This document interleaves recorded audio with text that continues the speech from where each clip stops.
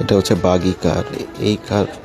এই কারগুলো মসজিদে নববী থেকেও মসজিদে কুবা পর্যন্ত যাতায়াত করে, অথবা কুবা রোড থেকেও মসজিদে কুবা পর্যন্ত যাতায়াত করে। পার পার্সন নেয় হচ্ছে 10 রিয়াল করে।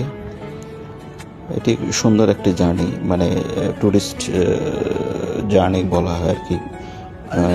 বিভিন্ন দেশ থেকে হাজিরা এইখানে আসে, এই বাগি রাইড করে মসজিদে কুবা পর্যন্ত যায়। আর মসজিদে কুবার কথা বলি, মসজিদে কুবা হচ্ছে মুসলিম বিশ্বের মধ্যে সবচেয়ে প্রথম মসজিদ।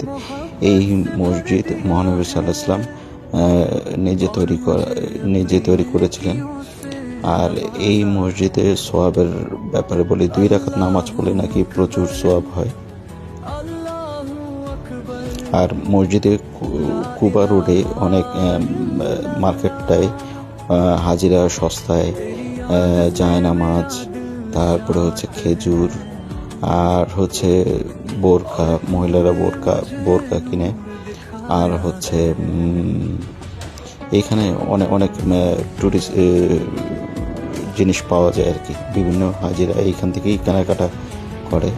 আর বলি, মসজিদে কুবা রোডের পরিবেশটি অনেক সুন্দর, এইখানকার গাছগুলো অনেক সুন্দর আর কি, মানে টুরিস্ট প্লেস বলা চলে আর কি মসজিদে কুবা রোড, মসজিদে কুবা পর্যন্ত। আর মসজিদে কুবার আশেপাশেই হচ্ছে ম্যাক্সিমাম হচ্ছে আপনার ওই খেজুর বাগান বলে, খেজুর গাছগুলো পাওয়া যায়, দেখতে অনেক সুন্দর লাগে।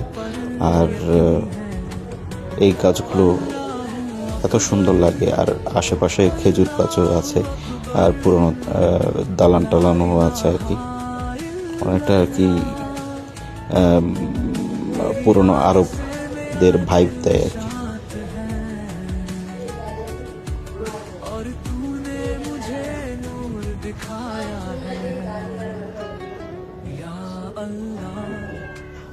এখানে হাজিরা বসে থাকে অনেক সময়, বসে বসে আর কি, এই রৌদ্র থাকলে এইখানে বসে বিশ্রাম নেয়।